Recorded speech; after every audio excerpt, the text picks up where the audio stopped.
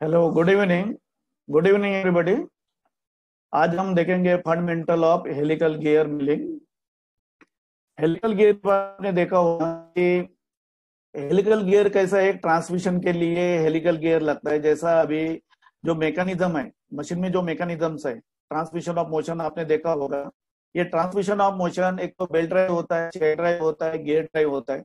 Gear drive में आपने देखा होगा उसमें स्पर गियर होता है, हेलिकल गियर होता है और बेल गियर। तो जैसा इसके पहले हमने पढ़ा था स्पर्गियर के बारे में, तो स्पर्गियर भी एक ट्रांसमिशन के लिए है। लेकिन कई मशीन में, कई मैकेनिज्म्स में हेवी ड्यूटी हमें ट्रांसमिशन चाहिए। उधर हमारा हेलिकल गियर का इस्तेमाल किया जाता है। और उससे भी अगर हमें और ज्यादा हेवी ट्रांसमिशन चाहिए तो हेरिंग बोन गियर चाहिए। तो आज हम देखेंगे फंडामेंटल्स ऑफ हेलिकल गियर। ये प्रोसीजर कैसा है और कैसा बनाने का है, इसके बारे में हम डिटेल्स में पढ़ेंगे। ऑलमोस्ट बर्गर के बारे में जैसा आपने पढ़ा है वो सब सेम है।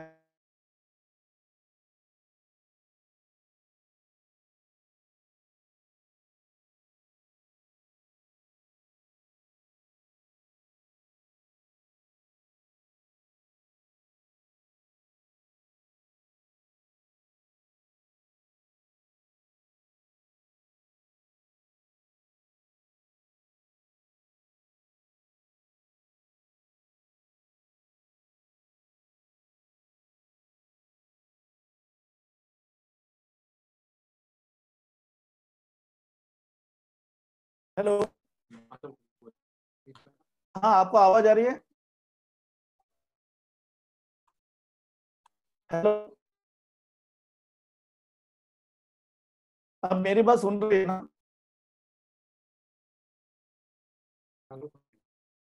हाँ। तो ये जो हेलिकल गियर का प्रोसेस है, सिमिलरली वर्गीय जैसे होता है। हेलिकल गियर आपने देखा होगा, ये फिर हेलिक्स जो टिप होती है या फुट्स होते हैं, जैसे हमारा ड्रिल है, रिमर है, उसमें आपने देखा होगा। तो ये सब हेलिकल गियर और हेलिकल का ही कमाल है। तो वो आज हम प्रोसेस देखेंगे। तो हेलिकल जो मिलिंग है, हेलिकल गियर में ये यूनिट से मिलिंग मशीन किया जाता है। और उसका जो प्रिंसिपल सिमिलरली स्पर्गे जैसा है। लेकिन हमें थोड़ा सा इस बारे में डिस्कस करने के बाद मालूम पड़ता है कि किस तरह से होता है। तो जो हम सिलिंड्रिकल जॉब पर स्पर्गे बनाते हैं, सिमिलर से सिलेंड्रिकल जॉब के ऊपर हमें गियर बना सकते हैं। सिलेंड्रिकल जॉब के ऊपर हम ग्रू बना सकते हैं, रूट्स बना सकते हैं। जैसा ड्रिल है, रिमर है, से हम हेलिकल गियर या हेलिकल फ्लूट्स बना सकते हैं। अभी में लिस्ट जो रहता है वो कंटिन्यू रहता है। तो उसमें हमें डिटेल्स हम देखेंगे डिटेल्स में। हेलो। पीपीटी दिख रहा है क्या आपको? हेलो, आपको स्लाइड पे दिख रहा है तो यस करो आप। आपको पीपीटी दिख रहा है?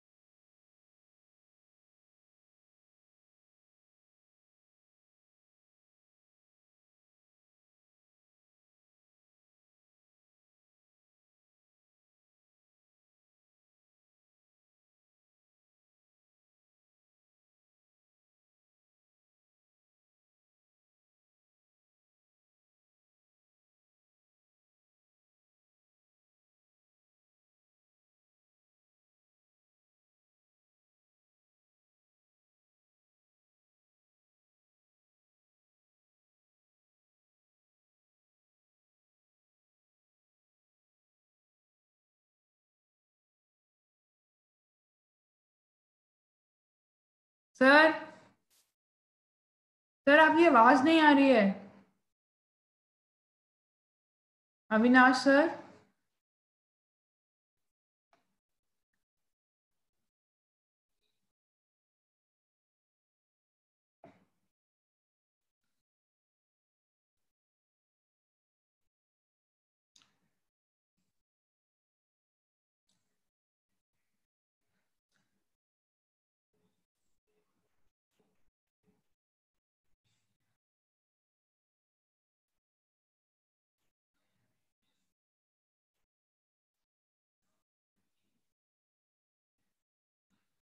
अविनाश सर आपकी आवाज नहीं आ रही है।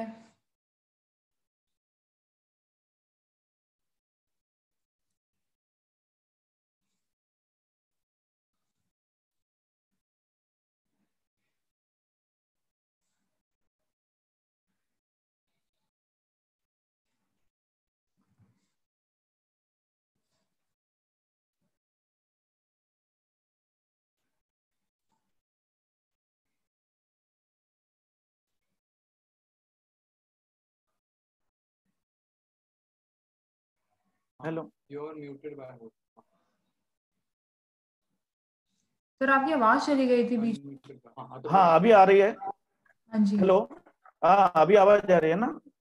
हाँ जी। ठीक है। हाँ ओके, चलो अभी स्टार्ट कर रहे हैं। पीपीटी दिख रहा है मैडम? अभी हेलो। हो रही है सर, अभी हुई नहीं है, अभी हो गई है। हाँ पीपीटी दिखाई दे रहा है? हाँ जी अब हो गया। ओके, हाँ मैं स्टार्ट करने जा रहा हूँ। तो ये हेलिकल गियर मिलिंग जो प्रोसेस है यूनिवर्सल मिलिंग मशीन के ऊपर किया जाता है। और इसमें जो हमारा यूनिवर्सल डिवाइडिंग हेड है, universal dividing head universal milling machine के ऊपर eight the end of table, जैसा आपने देखा होगा कि ये जो टेबल है, जो जो टेबल है, टेबल के एंड साइड में फिक्स किया जाता है, जैसा आपको फिगर में बताया हुआ है। इस तरह से ये देखिए कि टेबल के लेफ्ट साइड में eight the end of table ये डिवाइडिंग हेड फिक्स किया जाता है, क्योंकि एंड में करने की वजह से क्या होता है कि हमारा जो डिवाइडिंग हेड की गेट रेंस है, ये गेट रेंस एक ड्राइवर और ड्रीवन के मार्फत, गेट रेंस के मार्फत ये डिवाइडिंग हेड को अटैच किया जाता है, जिसके वजह से हमारा जो जॉब है वो हेलिक्स एंगल में बनते नजर आता है। तो इस तरह से ये हेलिकल गियर की प्रोसीजर है। अभी इसमें डिटेल्स में हम थोड़ा पढ़ेंगे। यूनिट से डिवाइडिंग हेड ऑलरेडी उनको एक्सप्लेन किया गया है, लेकिन गियर ट्रेंस के बारे में हम डिटेल्स में पढ़ने वाले हैं। तो इस तरह से इसका प्रिंसिपल देखिए कि helical gears are cut to universal milling machine by helical milling operations. The principle of healing machine can be explain the process of producing, इसमें हेलिकल ग्रुव बना सकते हैं on the periphery of the work. और this is the done by mounting the work at the end of dividing head. जैसा मैंने बोला कि dividing head end of the spindle, आपने देखा होगा कि यह जो स्लॉट होता है, बिल्कुल छोटा एक स्लॉट होता है, स्लॉट खांचा रहता है, और स्लॉट खांचे में ये डिवाइडिंग हेड फिक्स किया जाता है। और वार्म वार्म व्हील का जो स्पिंडल है, वार्म व्हील का जो स्पिंडल है, ये गियर है, ये गियर यहाँ फिक्स किया जाता है और डिवाइडिंग हेड के टेबल के साथ इसको अटैच किया जाता है। इस तरह से ये प्रोसीजर करने के बाद हम जो कैलकुलेशन करेंगे और कैलकुलेशन के हिसाब से जो हेलिक्स आएगा वो हेलिक्स एंगल मिलेगा, और उससे हमारा जो गुरु बनेगा वो हेलिकल गुरु बनेगा। इस तरह से इसकी प्रोसीजर रहती है।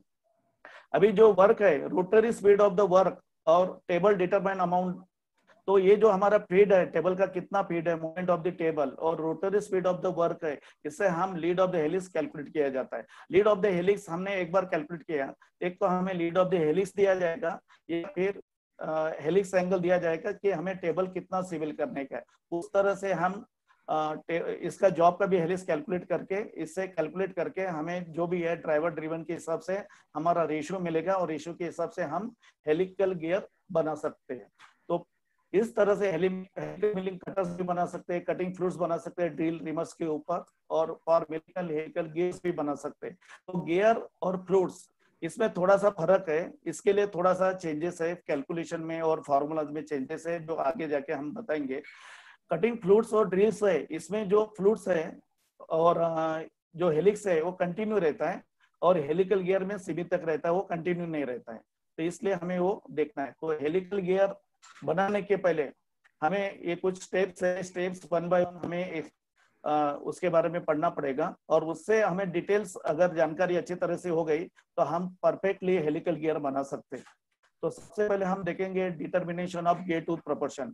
आपने देखा होगा कि जैसा हमने स्पर गियर बनाया है, स्पर गियर और ऑलमोस्ट हेलिकल गियर के जो गियर टूथ प्रोपोर्शन होता है, जैसा outside diameter, inside diameter, then linear अपना circular pitch diameters, then oval depth वगैरह, एंडम हेड एंडम, तो ये जो गेयर टूथ प्रोपोर्शंस है ऑलमोस्ट इसके सेम होते हैं। इन एडिशन इसमें हेड्स और लीड हमें कैलकुलेट करना पड़ेगा। So elements of spur gear और elements of helical gear maximum same होता है, खाली हेलिक्स, लीड और हेलिक्स एंगल ये सब हमें गियर ट्रेंस वगैरह कैलकुलेट करना पड़ेगा, इन एडिशन हमें कैलकुलेट करना पड़ेगा। तो इस तरह से ये determination of gear tooth proportion जो आगे जाके हम कैलकुलेट करने वाले। Then making arrangement for indexing. अभी मेकिंग अरेंजमेंट फॉर इंडेक्सिंग यानी ये क्या हो जाता है कि इसके पहले हमने जो इंडेक्सिंग मेथड्स थे, इंडेक्सिंग मेथड्स में एक प्रकार के मेथड्स है, उनमें से जो सिंपल इंडेक्सिंग है वो सिंपल इंडेक्सिंग से ही हेलिकल गियर कर सकते हैं, बाकी कोई भी मेथड्स इसको चलेगा नहीं, क्योंकि इसमें जो हम यूनिवर्सल डिवाइडिंग हेड के ऊपर जो कर सकते हैं, यूनिवर्सल मिलिंग मशीन के ऊपर और यूनिवर्सल डिवाइडिंग हेड के ऊपर जो हम कर सकते हैं, यूनिवर्सल डिवाइडिंग हेड के साथ साथ हमें गेयर ट्रेंस आता है, और ये gear trains universal dividing head के साथ आता है, ऑर्डिनरी इसके डिवाइडिंग हेड के साथ नहीं आता है। तो इसमें जो हम अरेंजमेंट करेंगे तो ये जो है सिंपल इंडेक्सिंग अगर हम दूसरे इंडेक्सिंग से करेंगे तो या गेयर ट्रेंस हमें इसमें भी लगाना पड़ेगा और हमारा जो हेलिक्स एंगल है उसमें लगाना पड़ेगा, ये दोनों at a time setting possible नहीं है। इसलिए जो भी हमारे इधर हेलिकल गियर जो बनाया गया है या मशीन में फिक्स किया गया है वो all gears perform by simple indexing only. तो वो हम सिंपल 40/n निकाल के सिंपल कैलकुलेट कर सकते हैं और इसका इंडेक्सिंग कर सकते हैं। Then selection of gear train. Selection of gear train में हमारा ड्राइवर और ड्रिवन के साथ अटैच करना है और इसके हमें कैलकुलेशन करना है। Lead of the machine divide by lead of the lead of the table divide by lead of the machine, इस तरह से ये हमारा कैलकुलेट करके lead of the helix calculate करके जो गियर ट्रेन निकलेगा उसके हिसाब से हमारा selection of gear train ratio निकलना पड़ेगा ड्राइवर और ड्रिवन गियर्स के साथ। तो वो हम selection of table gear train देखेंगे, वो किस तरह से हमें डिटेल्स में पढ़ना पड़ेगा आगे। Then selection of cutter and setting of the table. Selection of cutter के लिए जो नंबर ऑफ टीथ होते हैं कि हमारा हेलिकल गियर के लिए कितना नंबर ऑफ टीथ है, उसके लिए कटर नंबर कैलकुलेशन करके with the help of formula cutter number calculation करना पड़ेगा। और जो कटर की टीथ है उसके हिसाब से हम कटर सिलेक्ट नहीं कर सकते, जो हमारा कैलकुलेशन करके जो कटर नंबर आया और वो कटर नंबर किस में परफॉर्म होता है, कितना नंबर में आता है, वो कटर हमें सिलेक्ट करना है पर्टिकुलर मॉड्यूल का। Then setting of the table. Setting of the table में ये टेबल हमारा राइट साइड पुश होता है और लेफ्ट साइड पुश होता है। तो सेटिंग ऑफ द टेबल में हमारा हेलिक्स जो है राइट हैंड है या लेफ्ट हैंड है वो देखना पड़ेगा। अगर हमारा राइट हैंड है तो राइट हैंड पुश करना पड़ेगा, लेफ्ट हैंड है तो लेफ्ट साइड पुश करना पड़ेगा। और इसमें हमें कैलकुलेशन में हेलिक्स एंगल दिया जाएगा या लीड दिया जाएगा। अगर लीड दिया जाएगा तो हम हेलिक्स एंगल कैलकुलेट करेंगे और हेलिक्स एंगल के हिसाब से हमें वो टेबल सिविल करना पड़ेगा। तो राइट साइड वो परफॉर्म हमें ड्राइंग में आपको बताऊंगा कि किस तरह से वो सेटिंग किया जाता है। देन इसके साथ साथ हमें डिटर्मिनेशन ऑफ स्पीड, फीड और डेप्थ ऑफ कट का भी ध्यान रखना पड़ेगा। अभी आप देखिए कि सबसे पहले मैंने आपको बोला था गियर टूथ प्रोपोर्शंस। तो गियर टूथ प्रोपोर्शन मींस या लिखा भी है कि definition of spur gear elements already describe means जैसा हमने सब गियर एलिमेंट्स देखा, स्पर गियर एलिमेंट्स है ऑलमोस्ट सेम है और उसमें कोई चेंजेस नहीं है। खाली हमें हेलिकल है, यानी आपने देखा होगा कि हेलिकल गियर में एक एग्जांपल देता हूँ कि हेलिकल आपने शेप में स्प्रिंग देखा होगा, हेलिकल स्प्रिंग होता है। कहीं भी आप पेन में देखे होंगे कि आप स्प्रिंग देखा होगा तो किस तरह से रहता है, स्प्रिंग रहता है, वो शेप रहता है उसका, हेलिकल रहता है। आपने स्क्रू थ्रेड देखा होगा तो स्क्रू थ्रेड भी कैसा है, अगर हम किसी भी क्रैश पॉइंट को टच करते हैं या टॉप पॉइंट्स को टच करते हैं तो उसके ऊपर अगर हम उंगली उठाएंगे तो हमारा जो मूवमेंट है just like a helix movement पे हमारा आगे जाते रहेगा और उसको टच होते रहेगा। तो इस तरह से हमें इसमें एडिशनल हेलिक्स और लीड के बारे में पढ़ना है। तो definition of certain additional element related to given gears are given below. तो हमें हेलिक्स देखना है और लीड देखना है। तो हेलिक्स क्या है ये देखिए, आपने देखा होगा कि हेलिक्स का मतलब है कि एक सिलिंड्रिकल जॉब है, ये सिलिंड्रिकल जॉब है और सिलिंड्रिकल जॉब के ऊपर जो कर्व से कर्व रूप में कटिंग किया हुआ है, कर्व में ये देखिए कंटिन्यू हेलिक्स कट किया हुआ है, यानी ये जो डॉटेड लाइन दिख रहा है कि बैक साइड से आ रहा है जो हमें दिखाई नहीं दे रहा है, देन यहाँ से कटिंग हो रहा है, जैसा स्क्रू थ्रेड में होता है कि कंटिन्यू हम अगर किसी पोर्शन को टच करते तो रोटेट होता है उस तरह से। तो ये उसी तरह से मैं रोटेट कर रहा हूँ, सिलेंड्रिकल जॉब के सरकमफेरेंस के ऊपर रोटेट कर रहा हूँ, और इस तरह से आप देखिए दो साइड में आपको ये दिख रहा है, डॉटेड लाइन दिख रहा है। तो ये क्या है, हमारा हेलिक्स शेप्स है। और on a cylindrical of revolution this is curve hood tangents are incline, यानी ये क्या हो रहा है कि जो हमारा सिलेंड्रिकल सरफेस को, इसका जो इंक्लाइन सरफेस है जो टच किया जाता है उसको हम क्या बोलते हैं, हेलिक्स करते हैं through axis of the cylinder. और लीड किसको बोला जाता है, लीड आपने देखा होगा कि जैसा स्क्रू थ्रेड में या किसी इसमें 1.2 कंसेक्यूटिव नेक्स्ट पॉइंट जैसा थ्रेड में होता है, एक थ्रेड का टॉपेस्ट पॉइंट और कंटिन्यूअस नेक्स्ट पॉइंट पे अगर हम टच करते तो उसको लीड बोला जाता है। सिंगल स्टार्ट में पिच और लीड सेम होते हैं, लेकिन यहाँ से कुछ इस तरह से ये नहीं है। लेकिन यहाँ भी आप देखिए कि लीड कैसा है कि हमारा ये देखिए टॉपेस्ट पॉइंट हमारा जो सिलेंड्रिकल स्टॉप सिलेंड्रिकल सरफेस में या जो जा रहा है हमारा कर्व सरफेस जा रहा है, या जो टॉपेस्ट पॉइंट है उसका जो नेक्स्ट पॉइंट कर्व आ रहा है वो इधर आ रहा है। तो ये जो है गियर में आपको ऐसा दिखने के लिए नहीं मिलेगा, ये आपको लीड इस तरह से आपको जैसा ड्रिल है या रीमर है, ये रीमर में इस तरह से कंटिन्यू हेलिक्स रहता है, उधर आपको देखने के लिए मिलेगा। तो ये जो है यहाँ से फर्स्ट पॉइंट से नेक्स्ट कंटिन्यू कंसेक्यूटिव पॉइंट, इसको हम बोले जाते हैं लीड ऑफ द हेलिक्स। तो हेलिक्स और लीड के बारे में आपको बताया है। अभी हमें थोड़ा सा इसके बारे में हेलिक्स और स्पाइरल के बारे में देखना है कि हेलिक्स का मतलब और हेलिकल जस्ट और spiral, helical and spiral both are, हम हर जगह सुनते हैं कि ये दोनों सेम है, लेकिन थोड़ा सा इसमें डिफरेंस है कि जनरली हम क्या बोलते हैं, हेलिक्स यानी एक हेलिकल ग्रूव, जो हम गियर के लिए हेलिकल शब्द इस्तेमाल करते हैं या हेलिक्स इस्तेमाल किया जाता है। और स्पाइरल का मतलब है continue helix. Continue helix means ये जो दिखाई दे रहा है ये कंटिन्यू हेलिक्स है, इसको भी हम हेलिक्स बोलेंगे, लेकिन कंटिन्यू जो आता है उसको क्या बोलेंगे, हम स्पाइरल बोलेंगे। तो स्पाइरल ग्रूव किधर होता है, वो ड्रिल में होता है या फिर रीमर में होता है जहाँ कंटिन्यू हेलिक्स आएगा। तो इस तरह से हेलिक्स एंड स्पाइरल में इतना ही डिफरेंस है। और उसका जब हम हेलिक्स एंगल निकालते, हेलिकल गियर के लिए हेलिक्स एंगल निकालते या स्पाइरल के लिए हेलिक्स एंगल निकालते, तो थोड़ा सा डिफरेंस है, हमें उसमें कई एक जगह पिच डायमीटर इस्तेमाल करना पड़ता है और स्पाइरल के लिए आउटसाइड डायमीटर इस्तेमाल करना पड़ता है। अभी आप देखिए हेलिक्स एंगल, देखिए हेलिक्स एंगल किस तरह से है। अभी यह जो हमारा एक सिलेंड्रिकल पीस है, सिलेंड्रिकल पीस में ये जो दिखा है यहाँ से यहाँ तक इसका डायमीटर है, और ये जो है उसका सरकमफेरेंस है। सरकमफेरेंस में आपने देखा होगा कि अप टू द पिच, हमने एक एग्जांपल के लिए एक ट्रायंगल पेपर ले लेंगे, वो ट्रायंगल पेपर जितना इतना लंबा लेंगे सरकमफेरेंस, जितना ये सिलेंडर का व्यास है यानी सरकमफेरेंस है, वो सिलेंडर कितना लेंथ तक हम क्या करेंगे, ये ट्रायंगल पेपर लेंगे, और जहां तक हमें हाइट तक कट करना है पिच डायमीटर तक, वहां तक हम क्या करेंगे, इसका हाइट ले लेंगे और इसके ऊपर हम लेपेट देंगे। लेपेटने के बाद क्या हो जाएगा, आपको ये पूरा जो कटिंग पोर्शन है ये दिखाई देगा आपको। यानी इस तरह से ये क्या है, इसका हेलिक्स एंगल, यानी इसका opposite side by circumference of AD. इस तरह से देखिए जो हमारा सिलेंड्रिकल जॉब है, सिलेंड्रिकल जॉब इसमें ये एक्सिस लाइन बताया हुआ है, और हमारा acute angle between the tangent of helix and the state generator. State generator means हमारा जो हेलिक्स एंगल है, हेलिक्स एंगल से एक स्टेट जनरेट हुआ है, और एक जो एक्यूट एंगल हमारा एक यहाँ से जो स्टार्ट किया हुआ है, वो दोनों के बीच में थ्रू एक्सिस लाइन यानी जॉब का एक्सिस लाइन से जो एंगल बनता है वो हमारा हेलिक्स एंगल बनता है। यानी acute angle between the tangent to the helix and the state generator, state generate of the cylinder on which it lies, जहां से ये टच होता है उस तरह से ये क्या होता है, हेलिक्स एंगल। जैसा स्क्रू थ्रेड में आपने देखा होगा कि एक लाइन हमारा क्रैश पॉइंट से निकलता है और दूसरा लाइन हमारा पिच डायमीटर से निकलता है, और दोनों का जो एंगल निकलता है वो हेलिक्स एंगल है। तो थोड़ा सा इसमें डिफरेंस है। अभी यहाँ जो लिखा है डायमीटर और यहाँ लिखा है पाई डी, तो ये जो है डायमीटर ऑफ द जॉब। तो हमें जो सरकमफेरेंस लेना ये दो तरह का अलग लेना है। या लिखा है tan helix angle pi D divided by lead. तो ये जो है हेलिकल गियर के लिए पिच सर्कल डायमीटर है। यानी हमें क्या करना है कि हमेशा में करना है कि हमें अगर वो शब्द लिखते हैं कि कैलकुलेट द हेलिकल गियर, तो उस समय tan हेलिक्स निकालते समय पाई इंटू पिच डायमीटर लेना है। उस समय अगर हम आउटसाइड डायमीटर नहीं लेते तो ये हेलिक्स एंगल हमारा गलत हो जाएगा। tan हेलिक्स एंगल हमारा चेंज हो जाएगा और डिवाइड बाय लीड।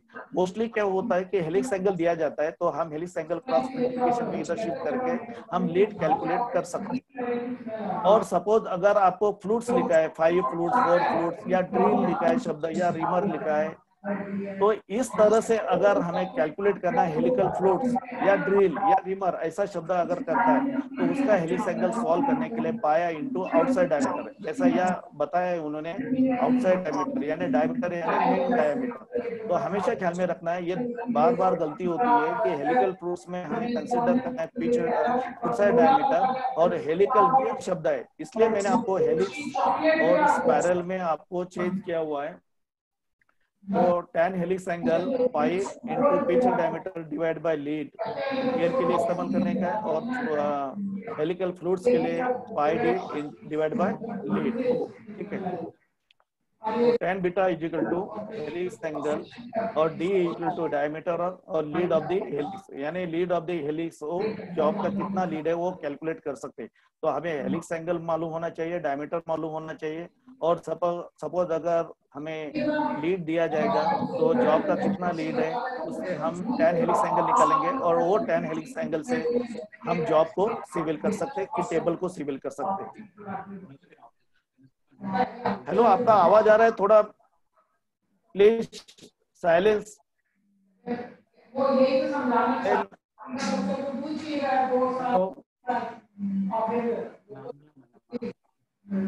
मैम ये किसी का आवाज आ रहा है मैडम।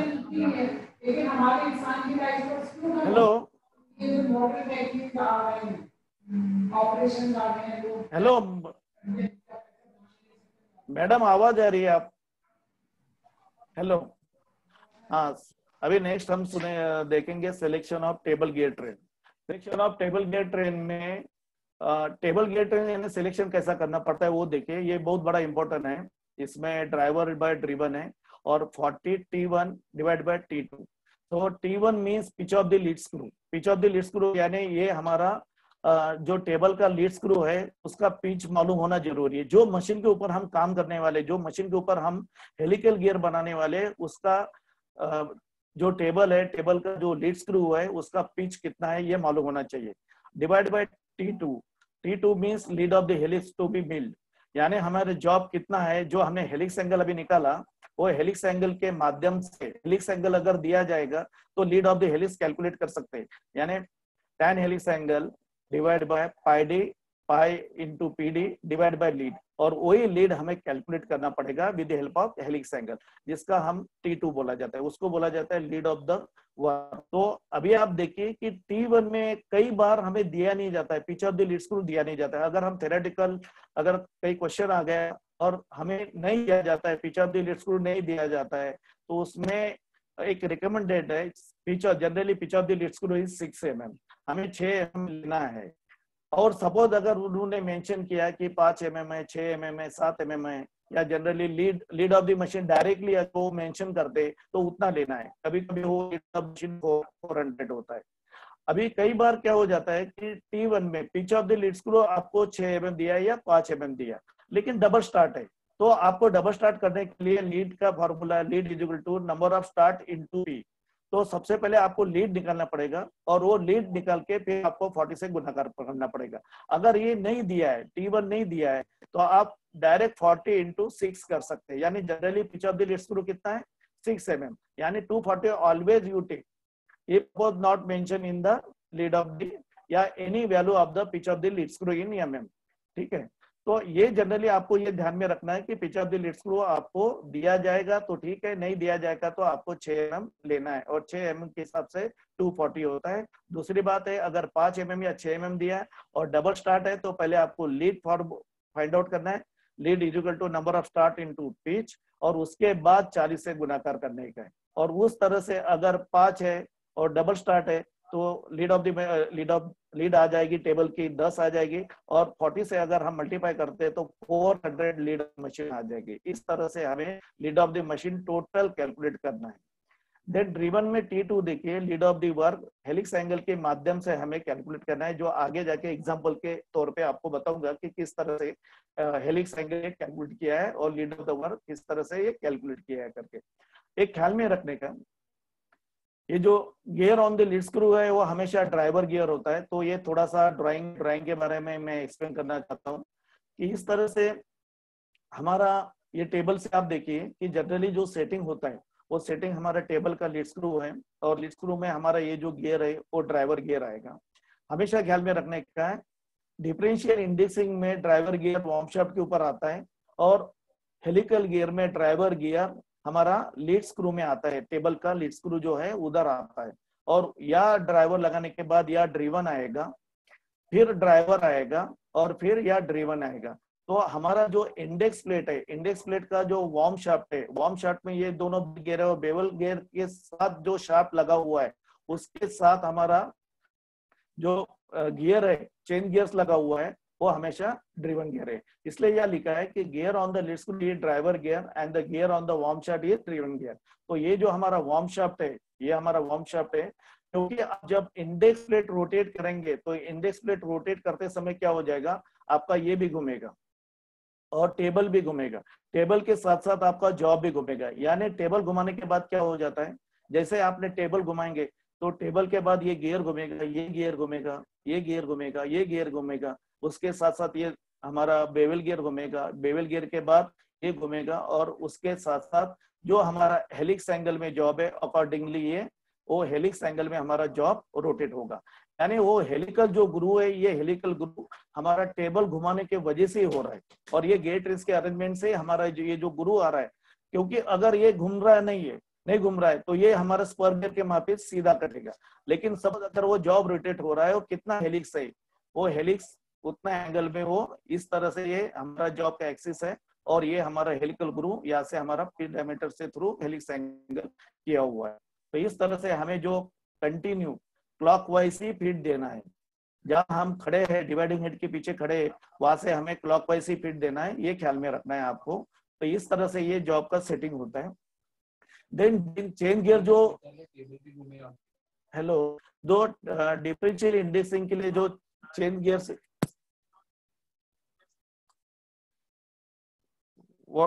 हेलो सर, आपको जो भी डिफरेंस जो भी आपको डाउट है एट द एंड ऑफ पूछो, आप क्लास होने के बाद पूछो। तो इस तरह से आप देखिए कि किस तरह से इंडेक्सिंग होता है, वो सब मैं आपका नेक्स्ट स्लाइड में बताऊंगा आपको। तो यह जो चेन गियर से डिफरेंशियल इंडेक्सिंग के लिए जो हम इस्तेमाल करते हैं चेन गियर 24, 24, 28, 32, 36, 40, 44, 48, 56, 64, 72, 86, 100, ये जो मैंने आपको पिछले क्लास में जो बोला था इंडेक्सिंग मेथड्स के, इसमें जो चेन गियर इस्तेमाल करते वही चेन गियर्स हमारा इसके लिए इस्तेमाल होंगे, क्योंकि दूसरे चेन गियर्स नहीं है, और हम डिफरेंशियल इंडेक्सिंग करने जा रहे नहीं है, क्योंकि डिफरेंशियल इंडेक्सिंग इसमें पॉसिबल नहीं है। इसलिए वही चेन गियर हमें हेलिकल गियर के लिए इस्तेमाल करना पड़ेगा। एक ख्याल में रखिए कि helical gear without chain gear possible नहीं है, और प्लेन डिवाइडिंग हेड के ऊपर ये पॉसिबल नहीं है, ये ओनली यूनिवर्सल डिवाइडिंग हेड के ऊपर पॉसिबल है। देन नेक्स्ट हमारा हम पढ़ेंगे selection of helical milling cutter. आपने देखा होगा कि सिंपल हम स्पर गियर में जितने भी नंबर ऑफ टीथ है अकॉर्डिंगली हमारा जो नंबर ऑफ कटर आता है उसमें हम उसको ये करते हैं कि कितना नंबर का कटर है, और जैसा 12, 13 होगा या 14, 16 होगा, तो जो भी नंबर ऑफ टीथ है वो टेबल के चार्ट के हिसाब से हम फाइंड आउट करते हैं और वो कटर नंबर हम सिलेक्ट करते हैं। लेकिन यहाँ हमें वैसा नहीं करना है, हमें यहाँ हेलिक्स एंगल से हमारा नंबर ऑफ टीथ जुड़ा है, तो इधर हमें कौन सा कटर इस्तेमाल करने का है, एक कटर के लिए हमें कैलकुलेट करना पड़ेगा। तो Z dash is equal to N means number of teeth, और cos cube helix angle, beta means cos helix angle है, वो helix angle cos cube helix angle हमें देखना है।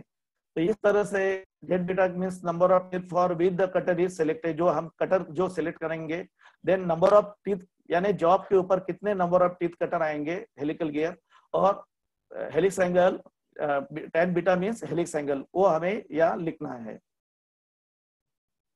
अभी एक एग्जाम्पल के तौर पे आपको एक एग्जाम्पल दिया, सैंपल एग्जाम्पल है, और उसके हिसाब से आपके जो डाउट्स है वो सब क्लियर हो जाएंगे। क्या लिखा है कि calculate all machining particulars for milling A helical gear having 48 teeth, helix angle 45 degree and module 6 mm। अभी यह एग्जांपल में एक तो राइट हैंड दिया जाएगा या लेफ्ट हैंड है, तो सिंपल है, राइट हैंड होगा तो राइट में पुश करना है, लेफ्ट हैंड होगा तो लेफ्ट में पुश करेंगे।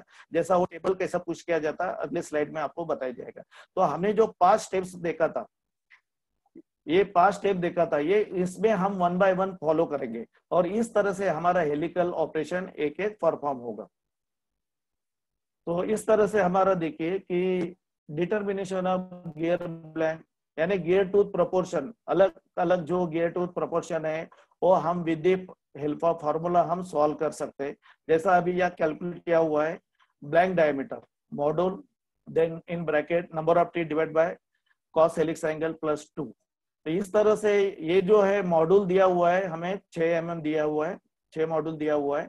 देन हमारे जो टीथ है वो 48 टीथ है, नंबर ऑफ टीथ है 48 है, और cos 45 डिग्रीज की वैल्यू भी दिया हुआ है, क्योंकि हेलिक्स एंगल जो दिया है वो हमें टेबल के लिए तो 45 डिग्रीज है, यानी हमारा जो टेबल है वो टेबल कितना डिग्री सिविल होगा, 45 डिग्री। और ये जो हेलिक्स एंगल है, मिलिंग मशीन का जो टेबल है वो 45 डिग्री, यूनिवर्सल मिलिंग मशीन का जो टेबल है वो 45 डिग्री से हो सकता है, उससे ज्यादा हम लिक्स नहीं कर सकते, यानी 15 डिग्री भी कर सकते, 20 डिग्री भी कर सकते हैं, लेकिन आपका कैलकुलेशन पूरा चेंज हो जाएगा। अगर आपका जैसा भी हेलिक्स एंगल चेंज हो जाता है तो आपके गेट रेंज, आपके नंबर ऑफ कटर्स वगैरह ये सब चेंज हो जाएगा। तो सब एक तो लीड दिया जाएगा या फिर हेलिक्स एंगल दिया जाएगा।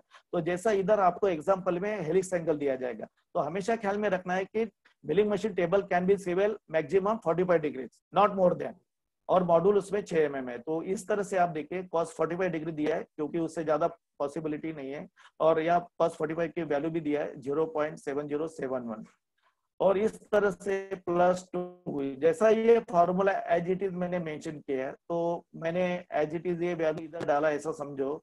तो 48 को मैंने डिवाइड किया 0.7071 प्लस 2 इंटू 6 किया, तो अकॉर्डिंगली सिंपल फॉर्मूला से हमारा जो आंसर आता 419। तो इस तरह से हम 1 बाय 1, जैसा एडेंडम है, डेडेंडम है, होल डेप्थ है, जैसा टू डेप्थ है 2.25 मॉड्यूल, तो 2.25 इंटू अगर हम 6 करते तो 13.50 mm आता है। जैसा पिच डायमीटर का फार्मूला है, सिमिलरली स्पर गियर जैसा स्पर गियर में भी वही फार्मूला है ZM यानी N इंटू M, और इसमें भी सेम है, क्योंकि मैक्सिमम मैंने बोला कि उसके जो एलिमेंट्स है स्पर गियर और हेलिकल गियर के सेम एलिमेंट्स है, इसलिए पूरा हमें A to Z या कैलकुलेट करने की जरूरत नहीं, क्योंकि फार्मूला सेम रहता है। जब हमें जो नहीं है इसमें वही एडिशनल इसमें देखना है। तो मैक्सिमम आप डाटा सॉल्व करते समय, हेलिकल गियर डाटा बनाते समय आप पूरे कैलकुलेशन आपको करना है, सिमिलरली स्पर गियर। और पिच डायमीटर हमें निकालने के लिए, जैसा पिच डायमीटर निकला है N इंटू M यानी 48 इंटू 6 280 है। अभी आप देखिए इंडेक्सिंग, तो इंडेक्सिंग मैंने आपको बोला था कि हमारे 6 मेथड्स है, उनमें से सिंपल इंडेक्सिंग है, कोई ऐसा इंडेक्सिंग नहीं होगा कि दूसरे हम डिवाइड डायरेक्ट इंडेक्सिंग है या कंपाउंड इंडेक्सिंग या डिफरेंशियल है, कोई एंगुलर इंडेक्सिंग वगैरह चलेगा नहीं। ओनली हेलिकल गियर या helical fluids is perform by simple indexing. इसलिए मैंने जो फार्मूला लिखा है वो फार्मूला कौन सा है 40/N, क्योंकि हमारे पास जो हेलिकल गियर है वो हेलिकल गियर या कौन से भी मशीन में, कौन से भी मैकेनिज्म में जो लगे हुए उसके जो टीथ है वो सिंपल इंडेक्सिंग से ही परफॉर्म किए हैं, इसलिए index helical gear is perform by simple indexing. तो हमने वही फार्मूला इस्तेमाल किया 40/N, यानी नंबर ऑफ टीथ। तो नंबर ऑफ टीथ कितना है 48 है, तो 40/48 किया। हमने दोनों संख्या को डिवाइड किया, 8 से डिवाइड किया, तो 8 5 40 और 8 6 48, तो 5 और 6 रह गए। अभी हमें ऐसे संख्या से आइडेंटिफाई करना है कि जो हमारा 3 प्लेट होता है, index plate number 1, index plate number 2 जो ऑलरेडी आपको एक्सप्लेन किया है, और इंडेक्स प्लेट नंबर 3। तो इसमें क्या हो जाता है 5 3 15 और 6 3 8, तो प्लेट नंबर 1 में 18 होल सर्कल है, यानी हमारा इंडेक्स क्राइम मूवमेंट कितना आ जाएगा 15 hole index crime move 15 holes in 18 hole circle. तो सिंपल इंडेक्सिंग में ये हमें बनाना है, लेकिन हमेशा इसमें ख्याल में रहता है कि सिंपल इंडेक्सिंग में इंडेक्स प्लेट हमारा लॉक पोजीशन में रहता है, और जब हेलिकल गियर की मूवमेंट होती है उस समय हमारा इंडेक्स प्लेट घूमता है, इंडेक्स प्लेट घूमने से वो गियर भी घूमता है, और गियर घूमने से ही हमारा जो फ्लूइड्स है या गियर्स है या वो हेलिक्स एंगल है, हेलिक्स एंगल का ग्रुप तैयार होता है। उस समय ख्याल में रखने का कि जैसा हम इंडेक्सिंग किया हमने मूवमेंट किया 15 होल्स और 18 होल सर्कल, जैसा एक टीथ है, एक टीथ के लिए हमने 15 होल्स और 18 होल सर्कल की मूवमेंट किया, तो उस समय इंडेक्स प्लेट का लॉक निकाल देना है। लॉक निकालने के बाद क्या हो जाएगा, इंडेक्स प्लेट घूमेगा, और इंडेक्स प्लेट घुमाते समय जैसे ही आप देंगे तो आपका गियर घूमेगा, फिर आपका दूसरा गियर घूमेगा, दूसरा गियर घूमने से आप प्लेट का वार्म भी घूमेगा, और उस तरह से आपका जॉब घूमते नजर आएगा, और जॉब घूमते समय आपका हेलिकल गियर भी घूमते नजर आएगा। हाँ, 3 से मल्टीप्लाई करके 3 से मल्टीप्लाई करके मांगे, फिर 5 into 3 6 हियर 5 into 3 हम ऐसे संख्या मल्टीप्लाई करना है कि हमारा कोई भी होल सर्कल आना चाहिए, index plate number 1, plate number 2, plate number 3।